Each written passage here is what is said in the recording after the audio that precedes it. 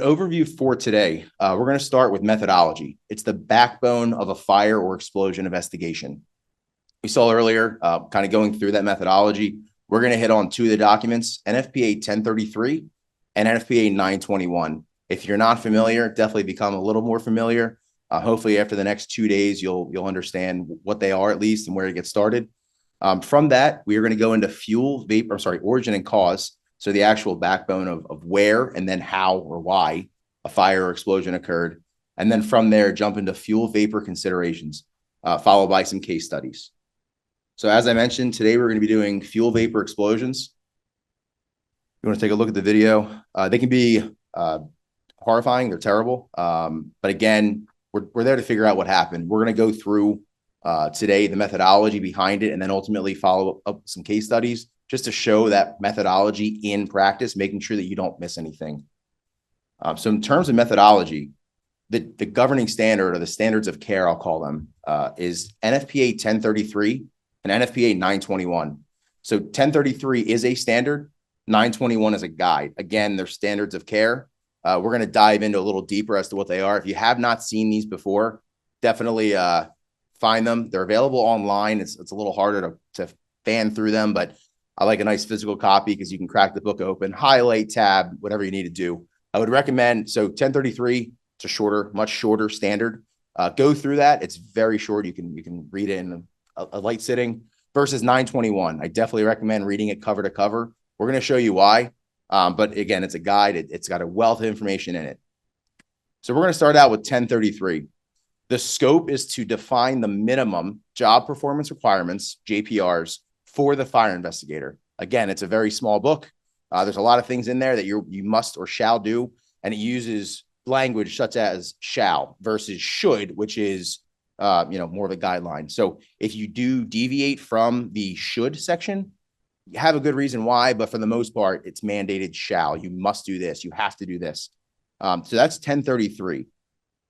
Jumping to the other, which is NFPA 921. It's a guide for fire and explosion investigations. It utilizes a scientific method. I did put a previous edition up there. NFPA has moved over to making all their texts look familiar on the outside, so it's a uniform copy. This is the last one of selecting a cover. If you look on the cover, it's kind of hard to see from your seats, but it is the scientific method. So it is literally on the front of this document as well as through. You have to read between the lines, but it is present throughout the document. It is peer reviewed, and it is accepted both in the courts as well as throughout the industry. Again, it's the golden standard, it's the golden rule. It's what most people use for fire and explosion investigations. A great place to start if you've not seen this document is chapter 3. It's the definitions. It's going to give you a great baseline. Try and figure out a lot of these terms. You're going to learn something new when you read through it. But another one to hit on, as Jason hit on earlier, is chapter 29, which is the marine fire investigations. It's not nearly as long as the entire document, but again, it's part of the document. You want to try and read it cover to cover if possible to become familiar with it. You're not expected to memorize the document. It's a working understanding of where you go in the document. I mentioned earlier, like tabs, highlighting, run through. The annex is another great place to continue. It's more explanatory information. From that, throughout this document is the scientific method. It should be no surprise. Many of you probably have seen it in like 4th grade science or 7th grade science. It's that 7-step process that we run through the scientific method. We're starting out with recognizing the need, right? There's a fire. We're going to define it. We don't know the origin or cause. We're going to collect the data, analyze it, which eventually we'll be able to develop these hypotheses. And you're constantly doing this down to testing it. And while you're doing that, it is an ever evolving cycle. So when you come down, you're going to collect more data, run it back through this loop and continue to run. I'll probably hit on it a few times today. The information coming out is only as good as what's going in. So if you have bad info or bad science going in, you can't have a reliable answer at the end. Does that make sense to everybody? So again, it's all dependent upon what is being sent in. We can get into bias. Actually, the document goes into it. There's a lot of really great information on it. But if somebody tells you it's a smoking fire and you put your blinders on, this is supposed to help combat. We're all human, right? This is supposed to help or does help combat people putting their blinders on and jumping in on a bias. So again, that loop is ever evolving. 3 years from now, you might get more witness information or public documents from the government might become available. after a timeline lapses or what have you, but you finally are able to analyze it. You have to go back through your hypotheses and work that back through the system. It's never ending. And again, information coming out is only as good as what's being put in. The most time intensive portion of this is data collection. Jason hit on a lot earlier in his presentation. There is a ton to do on a joint site exam as well as a lab exam. Information is constantly coming out and you ultimately do not know what's there until you ask for it. So public records are a great place to get started. Imagine now with you show up to a scene and it's just a burned up hole or what have you. You start looking around, there's no witnesses or anything. We oftentimes now get video because everybody's initial reaction is to take out their phone and start recording. And they're walking around and instead of calling 911, they're hollering, somebody call 911. And you're like, well, you have a phone in your hand, but instead you have this great video. Like we appreciate it, but get 911 on the way and then start recording. But again, we're getting a vantage point of this person. You can pick up things like a smoke alarm activating. You can pick up things like pops and booms and bangs or people hollering, or if it's before the incident, what they were doing up to that point. So again, you don't know what's there until you ask for it. So it can never hurt to ask.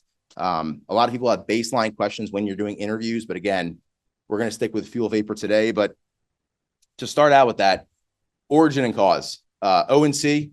So back in the day, they were referred to a lot more as CNOs. So cause and origin, it kind of got flipped around because we're origin first, right? So we're looking at the origin, then we're going to look at the cause. Origin being where the fire occurred or explosion. And then next we jump into the cause. So it's just hard, or it's important to jump in and try and figure out and define your area of origin as small as you can, and then ultimately identify causes in that area if you can rule them in or rule them out. We're going to walk through those steps now. So we'll begin with the origin, which is the general location, right? It might be the address of loss, right? It might be at the marina. It might be in this channel or in this seaway. The general location is the origin. And as you look at more things on that fire scene, you're able to narrow it down more and more. Then you get to the general location, which is the area of origin. From that, you are able to get to a point of origin. So our goal is to start big, right? Bird's eye view, and then work it down into as small as you can get it. And sometimes a room or a compartment might be as far as you can go because it's entirely burned out. And you're like, all right, the fire patterns, everything here is not differentiating to get any further down. From there, you then analyze the potential ignition sources as well as the cause in that area. And so in order to get that origin determination from the property address down to a compartment or an area, we're going to use one or more of the following. And this is straight out of 921. There's a ton of explanatory material in there. We'll hit on a little bit right now, but witness information or electronic data. Witness information could be, I saw this, I was standing here, I saw it there, but it can also include the vessel history. What happened to this vessel beforehand? Were there any incidents on it before, any previous fires, any recent work, any service work, any problems, flickering lights, breakers or fuses that are always popping. Again, these things that they're going to note, it's all information that you can bring through the document. Electronic data, I mentioned earlier, most people probably think of like cell phone cameras. Again, fire protection systems often store data depending on how complex the system is. It's another great spot to look, and you're going to have hopefully time-stamped information of where this data is and a log of everything that happened, not just at the incident, but leading up to that incident and then post-incident. Electronic data could be 911 audio. Hey, there's a fire. We're seeing it in this engine compartment. We're seeing it next to the boat or the vessel. Again, you don't know what you have until you have it. So request everything. God bless you. From that, moving to fire patterns, which are artifacts left over after the fire. So fire comes through, there's fire patterns. You can see them on different materials and substrates within where the area of the fire occurred. Again, they're artifacts left over after. And then lastly is fire dynamics. And that's how the fire operated or acted within this compartment. So again, it's fire travel, it's flow path. It's taking a step back and look at everything and how it actually occurred. It says one or more. The stronger argument or stronger case is going to be when you're using more than one, right? Not just one thing. I saw it over here. It's not uncommon for us to hear from an occupant, I saw fire over here, and you get in there and there's no fire over there and it's over here, but that's what they saw. Or that's what they recall. Again, one or more of the following. You want to try and get as much together as you can, as well as try and work through that scientific method to try and rule out just as much as you're trying to rule in an origin. And so from there, once we identify that area using one or more of these three key principles, we can then look at the cause. And so the cause is the circumstance, condition, or agencies that brought about or resulted in the fire or explosion incident. It's the mechanism that brought everything together. If you can think back to Clue, it's not Colonel Mustard candlestick. It's Colonel Mustard with the candlestick at this orientation for this duration against this first fuel ignited at this temperature that then ignited whatever fuel is going to burn, right? So it's not just, oh, here's the ignition temperature and here's the fuel. It's all of that put together. It's a mechanism that brought this nifty, instead of the fire triangle, I'm sure you all remember in like fourth grade, it's the fire tetrahedron. It's a little more fancy. It's the chemical chain reaction, bringing heat, fuel, and oxygen all together. So it's being able to sustain combustion. And the cause is the mechanism. It's not just one or two things. It's everything putting into stance that, this is the cause. And so jumping into fuel vapor considerations, again, we're not going to get into the weeds today. We're going to give a higher level, but I do want to hit on some key topics in terms of fuel vapors. So two things directly out of 921, an explosion. It's the sudden kinetic conversion of potential energy into kinetic energy with the production and release of gases. And then I want to point your attention to the very bottom. These high pressure gases then do mechanical work, such as moving, changing, or shattering nearby materials. So in a nutshell, right, you're going to see damage afterwards. You're going to have debris thrown. You're going to have, whether it's high order or low order, which we'll show some examples of later on, you're going to have things displaced. Things are not going to look normal. Things are going to get racked. Today, we're only hitting on chemical explosions, like diffused fuel, like fugitive gases within a compartment, whether it's gas, diesel, any kind of gas, natural gas, propane. It's diffused fuel as opposed to a mechanical, which I'm sure many have heard of, Blevy or another mechanical issue where a container actually lets go. We're going to talk today about diffused fuel. So again, you're going to be able to see it. Shattering, shattering is a good word. Splintering, it's a pile of toothpicks. From that, we're going to look at flash fire, which is a fire that spreads by means of flame front rapidly through a diffused fuel, such as dust, gas, vapors, or the vapors of an ignitable liquid. I want to stop on that real quick.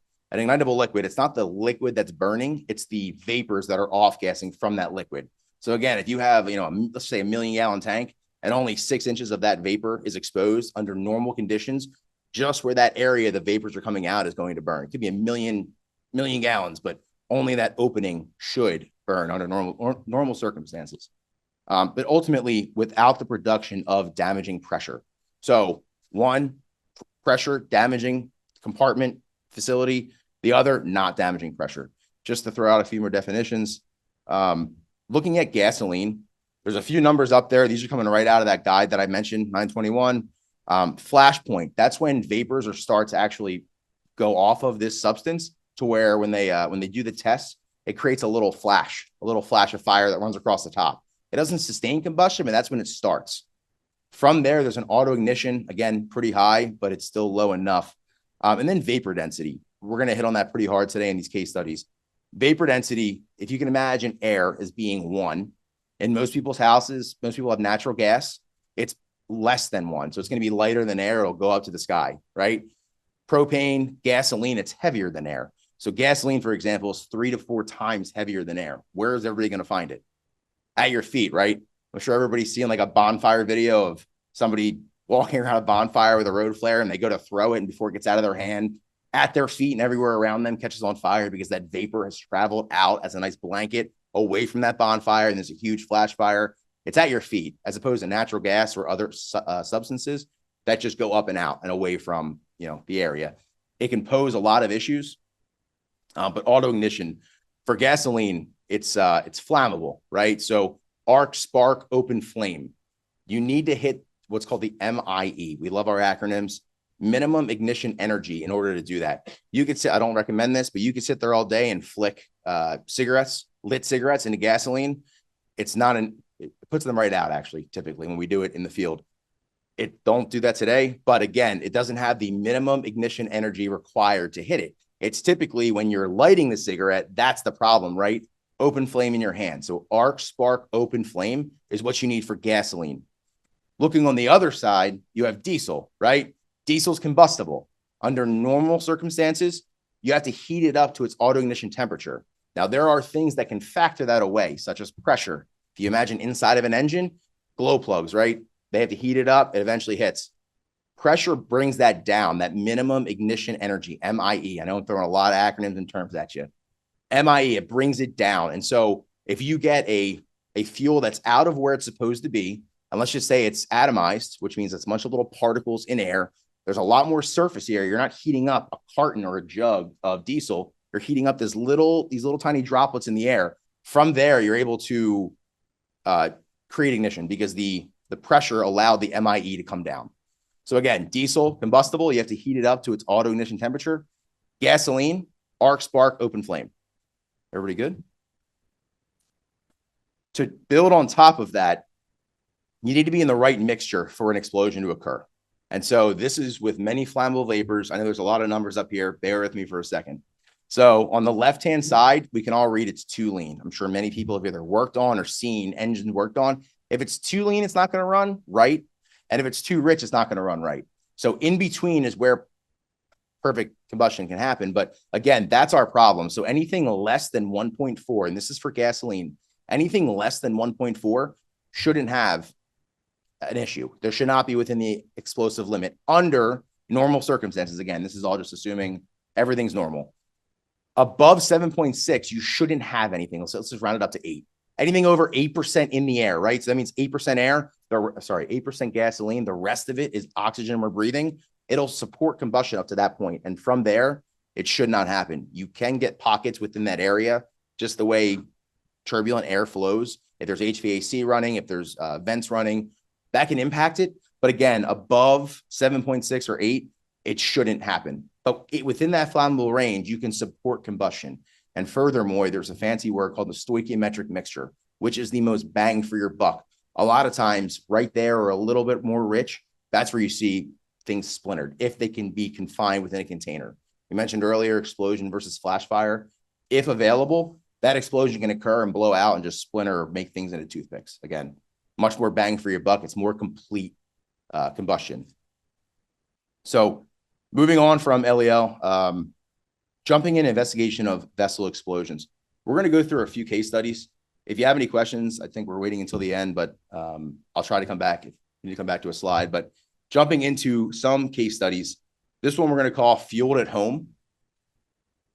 And so here's some background, how these are going to be laid out. You have some background. We're going to go through a few photos, and then we'll jump into the findings towards the end. And so it was a center console, which was fueled in the driveway by a fuel service. So they came out, first time using this fuel service. They put fuel in the boat, the vessel. They then left without meeting with the owner, which is atypical for this owner. They normally meet with the person. The owner later that day smelled fuel. This was after the delivery. He started to smell fuel just walking around the driveway. Like, that's strange. Like, I shouldn't be smelling fuel. The boat owner decided, I'm going to take it upon myself. I'm going to try and start it a few times. Maybe they overfilled it. He starts it a few times, lets it run in the driveway. No issues. Runs it. Nothing. Figured it was an overfueled tank. Maybe it'll dissipate. It doesn't. He then takes it to a shop, and he actually has the vessel fuel tank pressure tested, which passed. And this happened multiple times. But basically, the fuel system within this vessel held. Pressure tested, no issues. That means nothing should be getting out. A few days later, when they activated a switch, the incident occurred. So again, all of this leading up to it, I'll let you take a look at it real quick, and then we'll jump on to the next. But there were injuries and vessel damage. So looking at the vessel, right, center console, when we get there, this is what the vessel looked like at the time of our inspection, right? Some losses have much more damage, and some have much less. So again, you're given what you're given. You document it the same way every time. And so from that, you then start to document from the outside in. Typically, we work from the least to greatest, right? So least being outside, we're going to do our 360, we call it. Take our photos. We're going to jump on. Upon looking at the aft bilge, this is the area where the fuel system would be. The pressure test was conducted, and it held during their troubleshooting as well as ours, right? So we have multiple pressure tests to say, yep, this system is continuous. There's no leaks that we're finding. From there, we then look, there's liquid in the bottom, but it was just water because this was actually open to the elements before we got there. So it had rained. Getting into the forward bilge, looking in the bottom left-hand picture, there is a substance in the bottom. Looking on the right-hand side, you see it pulled in another way. So now we're looking and we're like, all right, you got to trust your nose, right? If you're on scene and you can smell gasoline, it's like, okay, this is probably gasoline. We're still going to sample it and send it out just to ensure that it's just gasoline, hopefully trying to figure out where it came from if we can. But again, you start to smell that and you're like, all right, why do I have fuel up here, right? The pressure test held, right? So, okay, let me run through the scientific method. Pressure test held.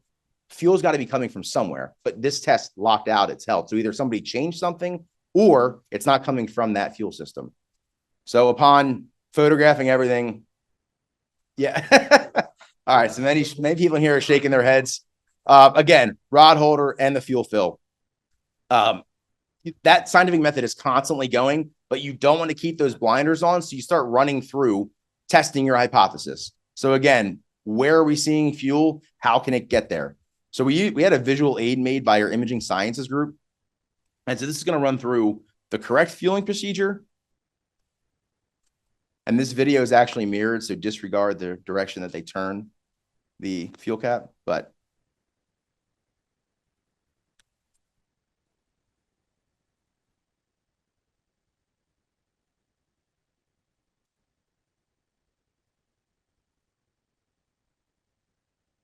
and so this is a great demonstrative, whether it makes it all the way to court or just for investigators, or just even explaining to attorneys or adjusters, whoever's involved. This is a great way to show the layperson, you know, fuel comes in, you can follow the blue, it goes into the fuel cells, runs through the fuel lines. If you were to not do it that way, this is what could happen. So again, we're running through potentials. We're running through. We haven't made our final hypothesis yet, but we're running through. So again, depicting it going into the rod holder. You'll see the red substance start to go in. It flows out. It's really nice. They can actually make it a liquid where it flows up if you put in parameters. From that, we're finding fuel there, right? Everybody saw the photos. Again, you're trying to figure out where this came from. And then to take it one step further, I know the pressure test held, but let's just look at where the fuel would go if there was a fuel leak, because everything is in the aft section of the boat vessel. So fuel line goes in from the fuel fill, purple, right? Showing the lines to the cells. And then from there, hypothetically, if it does leak, that fuel is more likely going to stay to the rear of the ship, aft of the vessel. So again, just showing where fuel leaks can occur, but it's a great demonstrative of showing how and why things move. It just, you can take a step back and explain it a lot easier to a layperson. So showing them side by side. On the bottom, again, is where we're finding fuel versus on the top where we didn't find any fuel. And so there are some standards that many of here are very familiar with. These are many of the ones that we have either cited or used during the case and documented. Codes are typically written in red, as one of my professors in college always said, right? They're written in blood because somebody either got killed or very badly injured. They're there to prevent people from getting hurt in the future. So again, these are all things that you can cite and move forward, just looking and considering during your cases. But again, dive into the books. I mentioned those 2 documents earlier. If you're not familiar with them, dive into them.